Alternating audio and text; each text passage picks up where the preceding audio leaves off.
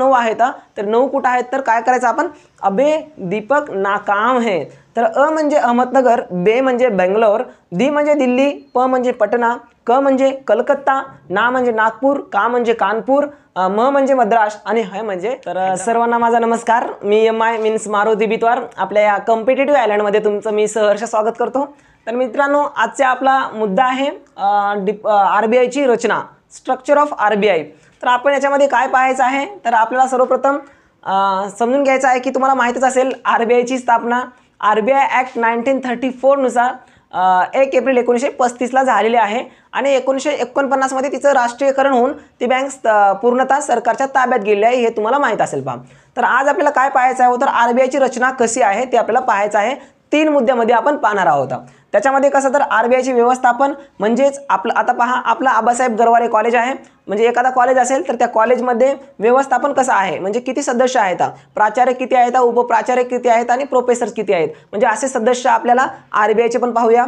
त्यानंतर आपल्याला RBIची कार्यालये बघायची आहेत, म्हणजे RBI कुठं कुठं आहे, म्हणजे आपलं जे गरवारे कॉलेज असेल ते गरवारे कॉलेज पुण्यामध्ये आहे, अकोल्याला आहे, नांदेडला आहे, परभणीला आहे किंवा पुण्यामध्येच पिंपरी चिंचवडला आहे, कात्रजला आहे, म्हणजे कोणकोणत्या भागात आहे त्याची कार्यालय कुठं आहेत आणि किती कार्यालय आहेत ते पण आपल्याला बघायचं आहे।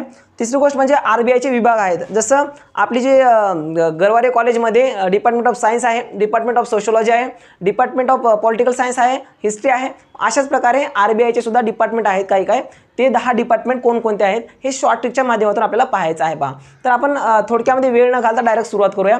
तर सर्वप्रथम आपण पाहूया ती म्हणजे RBIची व्यवस्थापन। RBIचे व्यवस्थापन जे आहे तर त्यांचं जे व्यवस्थापन कोण करते हो, केंद्रीय संचालक मंडळ त्यांच्यावर नियंत्रण ठेवते आणि ते सर्व व्यवस्थापनची जिम्मेदारी केंद्रीय संचालक मंडळ म्हणजेच सेंट्रल बोर्ड ऑफ डिरेक्टर्स यांच्याकडे दिलेले आहे पहा। आणि त्यांच्यामध्ये 20 सदस्य आहेत, पण ते 20 सदस्य मिळूनच ते काय करतात हो व्यवस्थापन करतात। आणि त्या सेंट्रल बोर्ड ऑफ डिरेक्टर्स यांचे जे 20 सदस्य आहेत ते पाय डायग्रामच्या माध्यमातून आपण समजून घेऊया। तर याच्यामध्ये काय हो तर 5 जे आहेत ते 5 कोण असतात तर एक असतो आपला गव्हर्नर सर्वात मोठा भाऊ आणि त्याचे 4 छोटे भाऊ असतात ते म्हणजे 4 उपगव्हर्नर।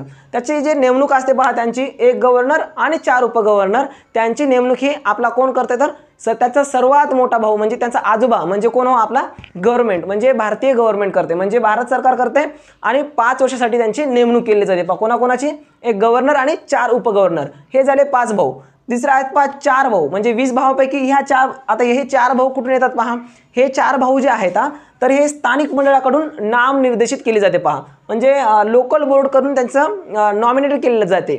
मग आता नॉमिनेटेड म्हणजे काय तर नॉमिनेटेड म्हणजे नाम निर्देशित म्हणजे त्यांची कोणती परीक्षा कोणतं इलेक्शन वगैरे काहीच नाही, मीटिंग वगैरे सभा बसते तर याला करायचं का चला करा, म्हणजे नाम निर्देशित करून टाकले, त्यांचं नाव निर्देशित केलं आणि ते फिक्स झाले पहा। तर 4 स्थानिक मंडळ कोणकोणते आहेत तर RBIचे जे स्थानिक मंडळ आहेत ते म्हणजे मुंबई, कोलकाता, चेन्नई, नवी दिल्ली येथे किती आहेत हो तर 4 स्थानिक मंडळ आहेत। तर प्रत्येकातून एक कोण हो सदस्य निवडले जाते, म्हणजे 4 स्थानिक मंडळाकडून नाम निर्देशित केलेले असतात पहा। हे झाले 5 आणि 4 9। तर हे जे आहे 4 जे स्थानिक मंडळाकडून एकट्या भावाला उचलले जाते, तर त्यांच्यापैकी त्यांची जी नेमणूक आहे आपला आजोबाच करते, कोण म्हणजे आपला भारत सरकार करते आणि त्यांची सुद्धा 5 वर्षासाठी कालावधी असते।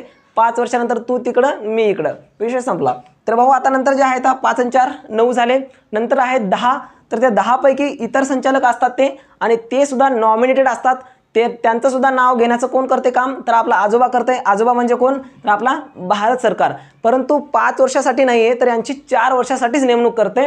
कारण का तर 5 म्हणजे त्यांच्या कालावधी त्या आपली जे सत्ता आहे ते त्यांची 5 वर्षासाठी असते, 4 वर्षामध्ये बदलून दुसरंच एखादं आणून ठेवतात, कारण का आपल्या जर सत्तेचा असेल तर दुसऱ्यामध्ये थोडंफार बाधा आणू शकतो त्यांना, कारण का आता निवडलेले असते त्यांची 4 वर्षानंतर कालावधी असते, यांचं सरकार गेलं पुढच्या 3 वर्ष ते यांची सत्ता कोणाची असते हो यांचीच असते आणि त्यांच्या सत्तेमध्ये काम करतात, म्हणजे असं काय नाही परंतु असं असू शकते लॉजिक।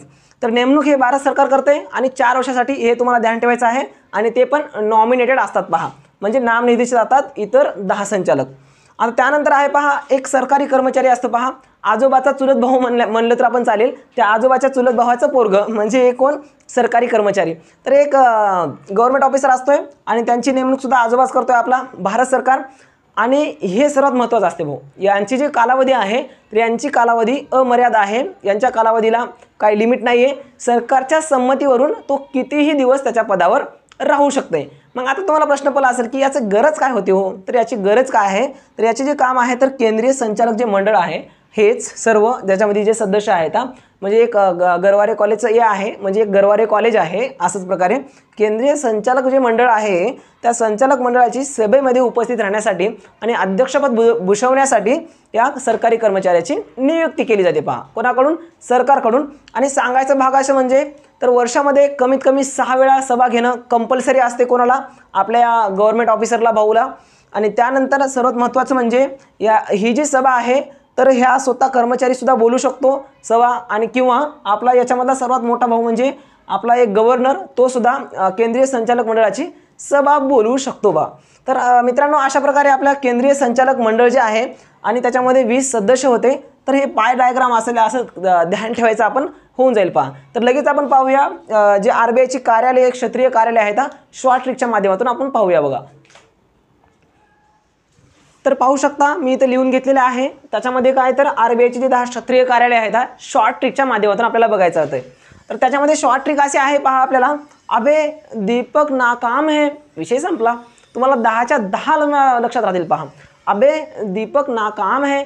तर सर्वप्रथम काय करायचं, तुम्हाला मुख्य जे कार्यालय आहे ती मुंबई येथे आहे, एवढं ध्यान ठेवायचं. कारण का मुंबई म्हणजे भारताची एक जबरदस्त राजधानी असल्यासारखीच आहे, महाराष्ट्राची राजधानी असली तरी पण. तर मुख्य कार्यालय हे मुंबईला आहे आणि जे बाकीचे 9 आहेत तर 9 कुठं आहेत, तर काय करायचं आपण, अबे दीपक नाकाम है. तर अ म्हणजे अहमदनगर, बे म्हणजे बेंगलोर, दी म्हणजे दिल्ली, प म्हणजे पटना, क म्हणजे कलकत्ता, ना म्हणजे नागपूर, का म्हणजे कानपूर, म म्हणजे मद्रास आणि ह म्हणजे हैदराबाद. विषय संपला. अबे दीपक नाकाम है म्हटलं की तुम्हाला 9 आठवलं पाहिजे. हे 10 क्षेत्रीय कार्यालय ध्यान आलं की अबे दीपक नाकाम है म्हणायचं आणि हे तुम्ही 9 सांगायचं. आणि जे मेन आहे, मेन किंवा मुख्य कार्यालय आहे ते आहे मुंबईला. अशी झाली पहा आपलं कोणता तर दुसरा टॉपिक सुद्धा कंप्लीट, ते म्हणजे आरबीआयची कार्यालय आहे. असंच पहा शॉर्ट ट्रिकच्या माध्यमातून आपण काय बघूया आता लगेच, आरबीआयचे 10 विभाग कोणकोणते आहेत ते बघूया आपण. तर मित्रांनो आपला तिसरा मुद्दा आहे डिपार्टमेंट्स ऑफ आरबीआय. आरबीआयचे विभाग आपण पाहूया लगेच. पहा तर त्यासाठी मी एक शॉर्ट ट्रिक लिहून घेतलेली आहे आणि या शॉर्ट ट्रिकचा माझा काही संबंध नाही आहे, तरी पण तुम्हाला उदाहरण देऊन सांगतोय मी. पहा आता याच्यामध्ये तर शॉर्ट ट्रिक अशी आहे की एक मुलगी असते, म्हणजेच कोण, बबल्याची सध्याची मैत्रीण. आणि बबल्याला काय विचारते, हो बबल्या तुझी एक्स होती का रे कोणती, असं बबल्याला ती विचारते. पहा म्हणजे तुझं अगोदर कोणतं लपडं होतंय काय, असं कोण म्हणते, हो बबल्याची फ्रेंड बबल्याला विचारतोय. तर ते बबल्या काय म्हणते, पहा जबरदस्त उत्तर त्या तिच्या मैत्रिणीला देते. पहा नवीन मैत्रिणीला, सध्याच्या मैत्रिणीला त्याच्या एक्सबद्दल एक उत्तर देते. पहा हे शॉर्ट ट्रिक आहे, बाकी स्टोरी ध्यान ठेवायची तुम्ही. मी बबल्या आणि बबल्याची मैत्रीण. तर बबल्या उत्तर काय देते, तर अगं, आता पहा काय म्हणते, अगं माझी एक्स इज इंदू. माझ्या एक्सचं नाव काय होतं, इंदू होतं.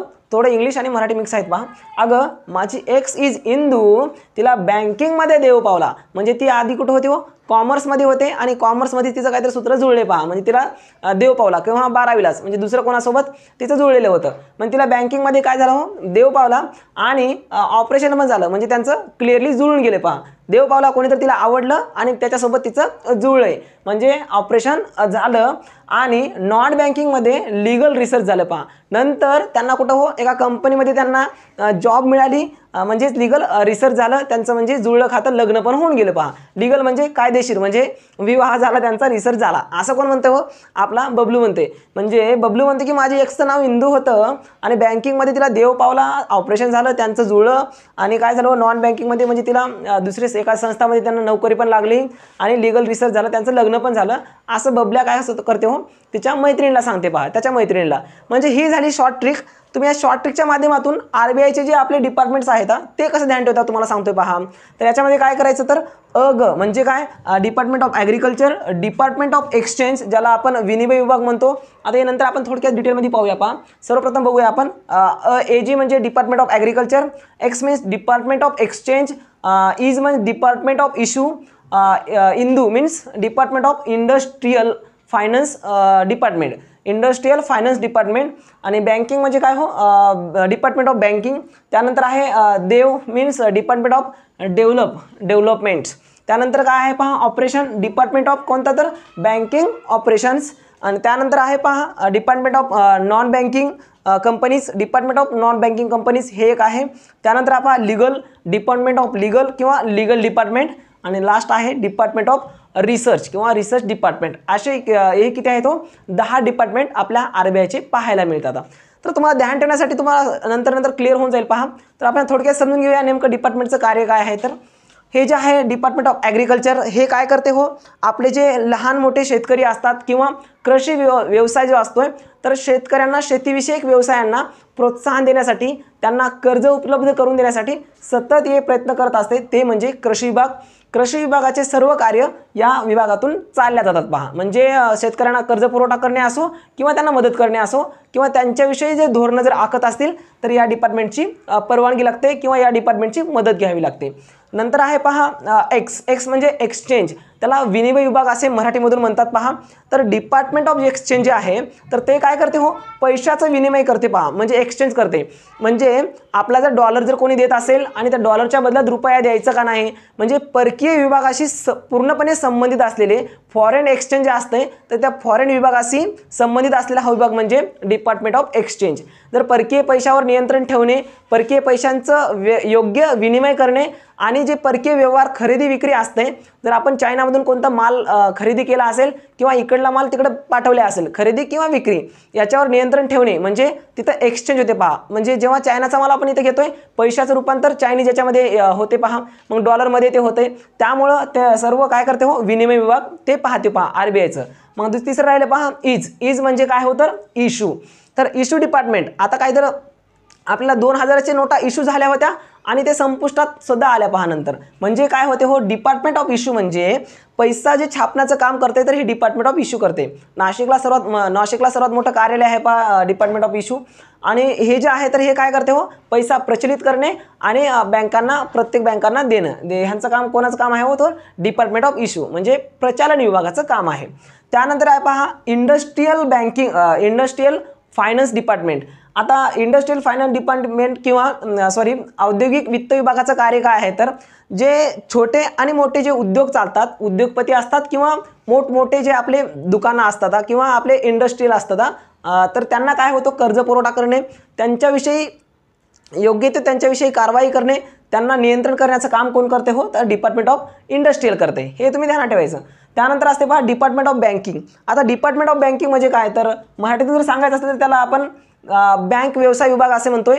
तर डिपार्टमेंट ऑफ बँकिंग काय करते हो, तर हे पूर्णपणे पहा सरकारशी जे देवाणघेवाण आहे, सरकारची जे त्याच्याशी निगडित आहे, याचं कार्य काय आहे पहा डिपार्टमेंट ऑफ बँकिंगचं. जे सरकारी निधीची देवाणघेवाण करणे, म्हणजे सरकारी निधी सुरक्षित या ठिकाणाहून दुसऱ्या ठिकाणी नेण्याचं कार्य कोण करते हो, तर आपला डिपार्टमेंट ऑफ बँकिंग करते. म्हणजे बँकिंग व्यवसाय विभाग सरकारची कोणतीही निधी असो मंजूर झालेली, ते निधी या ठिकाणाहून त्या ठिकाणी, म्हणजे केंद्र सरकारकडून आलेला पैसा आपल्या महाराष्ट्र सरकारकडे आणायचा असेल, तर असे विमानानं जर आणायचं असेल, कशानं पण आणू दे भाऊ, तर त्याच्यामध्ये डिपार्टमेंट ऑफ बँकिंग असते. हे यांच्याकडे ते पैसा द्यावा लागते आणि तो सुरक्षित या ठिकाणी ते काय करते हो, नेल्या जाते. म्हणजे ते कसंही ट्रान्सफर करू, या बँकेत टाकून ते ऑटोमॅटिकली त्या बँकेतून काढू, परंतु त्यांचं जे काम असते तर हे सरकारी बँक असल्यामुळे तो डिपार्टमेंट ऑफ बँकिंग करते पहा. त्यानंतर पहा department of banking development department. आता या बँकिंग डेव्हलपमेंट डिपार्टमेंटमध्ये काय असते पहा, तर याला मराठीमध्ये आपण काय तर बँक व्यवसाय विभाग असं म्हणतो. तर बँकांचा व्यवसाय कसं केला, म्हणजे बँकांचा विकास कसा केला जातोय, तर हे याच्यामध्ये पाहिलं जाते पहा. म्हणजे नेमकं बँकाचा विस्तार कसा करायला पाहिजे, लहान उद्योगांना कसं प्रोत्साहन द्यायला पाहिजे, बँकामध्ये कोणकोणते तरतुदी आणले किंवा त्यांचे नवीन काही धोरणं आणले असतील तर काय केलं पाहिजे, किंवा बँकांचा खेड्यामध्ये कसा विकास झाला पाहिजे, असे सर्व धोरणे आखणे व त्याच्यावर योग्य ते उपाय शोधण्याचं काम कोण करते, बँक व्यवसाय विभाग करते पहा. तिसऱ्यानंतर आहे पहा बँकिंग ऑपरेशन्स, म्हणजे डिपार्टमेंट ऑफ बँकिंग ऑपरेशन, ज्याला आपण मराठीमध्ये बँक व्यवसाय व्यवहार विभाग म्हणतो पहा. आता बँक व्यवसाय व्यवहार विभाग काय करते हो, तर बँक व्यवसाय व्यवहार विभाग काय करते, तर यांचं जे कार्य आहे तर व्यवहाराचं कार्य आहे. आता कसं, तर कोणती जर बँक जर आपल्याला खोलायची असेल किंवा एखादा बँक आपल्याला स्थापन करायची असेल तर या बँक व्यवसाय विभागाची आपल्याला काय करावं लागते हो, याची परवानगी घ्यावी लागते. घेतला असेल तरच आपल्याला कुठं शाखा खोलायच्या आहेत आणि कुठं नाही आहे तर हे विभाग ठरवते. पहा, जर आपल्याला कुठं RBI कोणती साधी बँक जरी असेल, कोणती पण आपल्याला कोऑपरेटिव्ह बँक असो, कोणती पण असो, ते बँक जर आपल्याला काढायची असेल तर सर्वप्रथम परवानगी कोणाची घ्यावी लागते भाऊ, तर बँक व्यवसाय व्यवहार विभागाची घ्यावी लागते, म्हणजे banking department of banking operation. त्यानंतर आहे पहा नॉन बँकिंग. आता non banking department of non banking company, तर हे काय करते हो, तर याला मराठीतून सांगायचं असेल तर बिगर बँक कंपनी विभाग असे म्हणतात. तर आता पहा, आपल्याला कोऑपरेटिव्ह बँक्स असतात बरोबर, किंवा जे बँक नाही परंतु ते वित्तीय म्हणजे पैशाची देवाणघेवाण तिथे चालते. पहा, खूप मोठमोठे उद्योग वगैरे चालतात. मग ते जे असेल, जसे की आपल्या शेअर्स वगैरे असतात पहा, तर नॉन बँकिंग जे कंपन्या असतात ज्यांचा बँकेशी काही संबंध नसते, तर त्या कंपनीचे जे काही व्यवहारावर देखरेख ठेवणे आणि त्यांच्याशी संबंध असणे आणि त्यांच्यावर नियंत्रण ठेवण्याचं कोण करते हो काम, तो काम करणारा भाऊ म्हणजे आपला non banking department, non banking company, department of non banking company करते. पहा, त्याला आपण बिगर बँक काय म्हणतो, तर बिगर बँक कंपनी विभाग असे म्हणू शकतोय. त्याच्यामध्ये लास्ट आहे पहा सेकंड लास्ट, त्याच्यामध्ये डिपार्टमेंट ऑफ लीगल किंवा आपण लीगल डिपार्टमेंट असं सुद्धा म्हणू शकतोय. पहा, RBIचं लीगल डिपार्टमेंट. आता लीगल म्हणजे काय हो, तर आपण लीगल आणि इल्लीगल पाहतो बरोबर. लीगल म्हणजे कायदेशीर आणि इल्लीगल म्हणजे बेकायदेशीर. त्याचप्रमाणे पहा, तर याला मराठीमधून विधी विभाग म्हणतात. तर आता कोणता जर कायदा वगैरे करायचा असेल बँकेच्या संबंधी किंवा बँकेच्या संबंधी जर काही तरतुदीची गरज असेल कायद्यामध्ये, तर त्याचं यांची सल्ला घ्यावा लागते. पहा, कायदा वगैरे कोणत्या कायदा करायचा असेल बँकेचा, तर विधी डिपार्टमेंटचा सल्ला घ्यावा लागते. यांच्यानुसारच बँकेचा कोणता पण कायदा होते आणि त्या कायद्याचं नियंत्रण म्हणजे योग्य प्रकारे अंमलबजावणी होत आहे का आणि काय असायला पाहिजे आणि काय नसायला पाहिजे हे कोण ठरवते हो, डिपार्टमेंट ऑफ लीगल ठरवते आणि यांच्यानुसार ते चालते. पहा, त्यानंतर आहे पहा department of research and statistics असं इंग्लिशमध्ये म्हणतात, परंतु आपण एवढं पण ध्यान ठेवलं तर चालेल, डिपार्टमेंट ऑफ रिसर्च, ज्यामध्ये संशोधन विभाग असे सुद्धा आपण म्हणतोय. तर जे काही सरकारी आकडे आहेत, GDP असेल किंवा बाकीचे म्हणजे आपल्या बँकेचा किती विकास झाला आहे, किती बँका स्थापना झालेत, म्हणजे जे काही आकडेवारी असेल पहा, आणि त्यांचा विकास करण्यासाठी जे काही आकडेवारी महत्त्वाची असेल आणि जे बिनकामे असेल त्या सर्वांचं रिसर्च करून त्या सर्वांना एकत्रित करून गोळा करून सरकारला दाखवणे याचं काम कोण करते हो, आपलं डिपार्टमेंट ऑफ रिसर्च करते. पहा, अशा प्रकारे आपले किती झाले हो डिपार्टमेंट, 10 डिपार्टमेंट झाले. हे 10 डिपार्टमेंट तुम्ही शॉर्ट ट्रिकच्या माध्यमातून ध्यान ठेवायचं. व्हिडिओ जर समजला नसेल तर परत बघा, तुम्हाला मुक्पाट पाठ झाला पाहिजे. MPSC UPSC स्पर्धा परीक्षा कोणतेही असो, तर तुम्हाला डिपार्टमेंट खालीलपैकी कोणतं नाही म्हटलं की तुम्ही हे ट्रिक आठवायची, या 10 पैकी बघायचं, जे नाही ते नाही भाऊ. तर हे काय करायचं, तर तुम्ही ध्यान ठेवायचं लास्टपर्यंत. डिपार्टमेंट अगं माझी एक्स इंदू आणि तिला बँकिंगमध्ये देव पावला होता आणि ऑपरेशन पण झालं, काय करावं राव, आणि नॉन बँकिंगमध्ये लीगल रिसर्च सुद्धा झालं. अशी आपली ही साधी आणि सोपी शॉर्ट ट्रिक. व्हिडिओ आवडला तर नक्की लाईक करा, शेअर करा, म्हणजे जर तुम्हाला जर आवडला असेल तर दुसऱ्यांना पण शेअर करा. इंग्लिश मिडियमचे असो, मराठी मिडियम असो, कोणी पण असो, काही देणे घेणं नाही. आणि एक लाईक करा आणि कमेंटमध्ये नक्कीच काहीतरी कमेंट लिहा तुम्हाला व्हिडिओ याच्याबद्दल, म्हणजे तुम्हाला नेक्स्ट व्हिडिओ सुद्धा मी लगेच पाठवणार आहे. तोपर्यंत जय हिंद, जय महाराष्ट्र, जय शिवराय.